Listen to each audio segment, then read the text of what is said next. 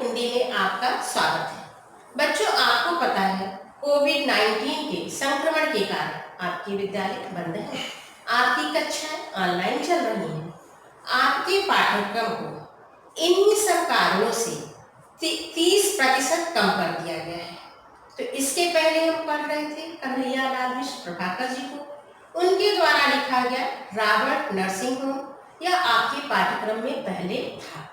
लेकिन अब जो संशोधित पाठ्यक्रम है जिसमें 30% पाठों को कम कर दिया गया है, उसमें कन्हैयालाल मिश्र प्रभाकर जी को आपको नहीं पढ़ना है। तो आज हम डॉक्टर हजारी प्रसाद द्विवेदी जी को पढ़ेंगे। हजारी प्रसाद द्विवेदी जी का जन्म 1907 ईस्वी में बलिया जिले के दूबे का छपरा नामक गांव में एक प्रतिष्ठित ब्राह्मण परिवार में हुआ था।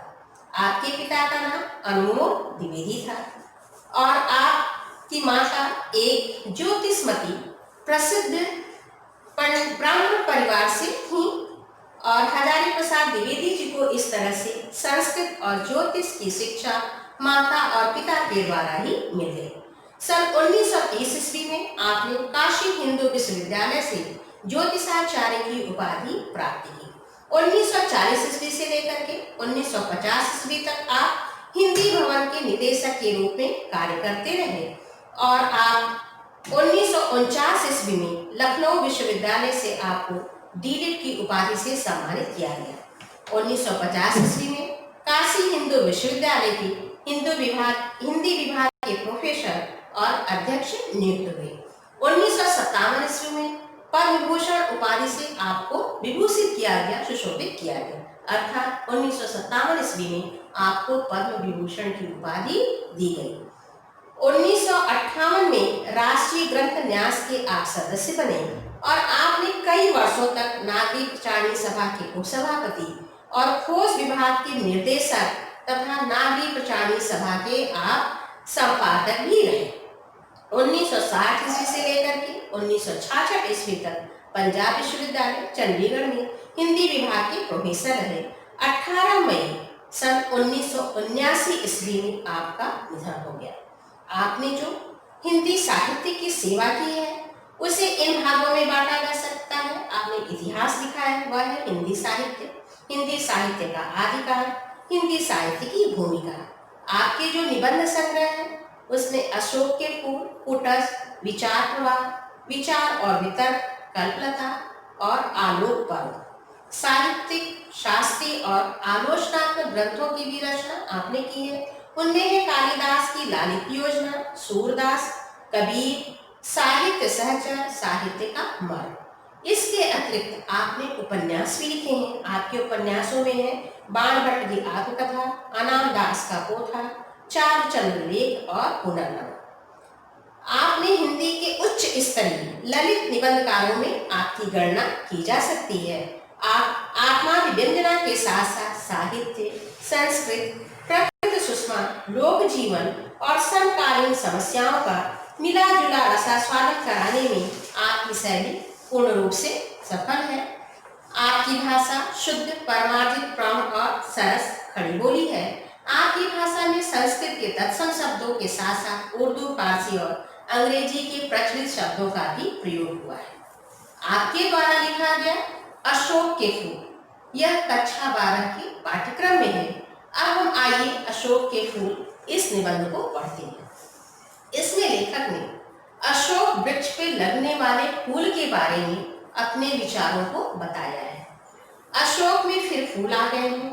इतने छोटे छोटे लाल लाल पुष्पों की मनोहर स्तौकों में कैसा मोहक भाव है।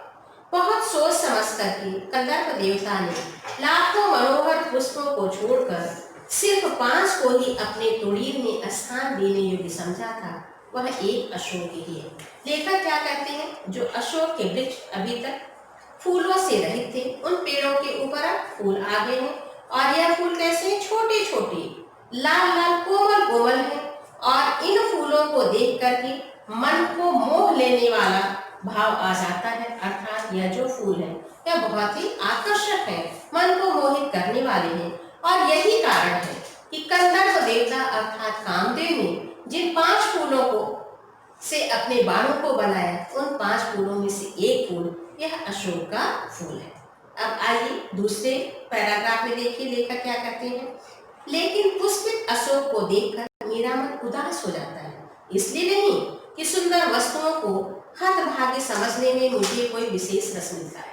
लेखक कहते हैं कि लेकिन जब मैं अशोक के वृक्ष पे इन फूलों को देखता हूँ तो मुझे प्रसन्नता नहीं होती, बल्कि एक दूसरा ही भाव मेरे मन में आ जाता है। और उसका यह कारण नहीं है कि मैं सुंदर चीजों को देख करके हतोत्साहित हो जाता हूँ, हतभाग्य वाला हो जाता हूँ। कुछ लोगों को मिलता है, वे बहुत दूरदर्शी होते हैं, जो भी सामने पड़ गया उसके जीवन के अंतिम मुहूर्त तक का हिसाब भी लगा लेते हैं। मेरी दृष्टि इतनी दूर तक नहीं जाती। लेखक क्या कहते हैं, कुछ लोग ऐसे होते हैं कि किसी भी चीज को सामने देखते हैं, उसके बारे में विचार विमर्श करके और उसके अंतिम परिणाम तक पहुंच जाते हैं, लेकिन मैं उनमें से नहीं हूँ। मैं बहुत दूरदर्शी नहीं हूँ, मैं बहुत दूर तक देखने और सोचने वाला नहीं हूँ। मेरी दृष्टि इतनी दूर तक नहीं जाती, फिर भी मेरा मन इस फूल को देख करके उदास हो जाता है। असली कारण तो मेरे अंतर्यामी ही जानते होंगे, कुछ थोड़ा सा मैं भी अनुमान कर सकता हूँ, बताता हूँ। लेखक कहते हैं लेकिन इतनी दूर दृष्टि न रखने के बाद भी मैं इन अशोक के फूलों को देखता हूँ तो उदास हो जाता हूँ। क्यों उदास होता हूँ यह मुझे पता नहीं है। इसके बारे में विस्तार से, विशेष रूप से जो हमारे अंतर्यामी है, हमारे मन को जानने वाले हैं, वो जानते होंगे। फिर भी इस उदासी का जो कुछ कारण मुझे समझ में आता है उसके बारे में मैं आपको बताता हूँ। अब इसके आगे लेखक अशोक के फूल के बारे में विस्तार से बता रहे हैं, जिसे हम कल पढ़ेंगे। धन्यवाद।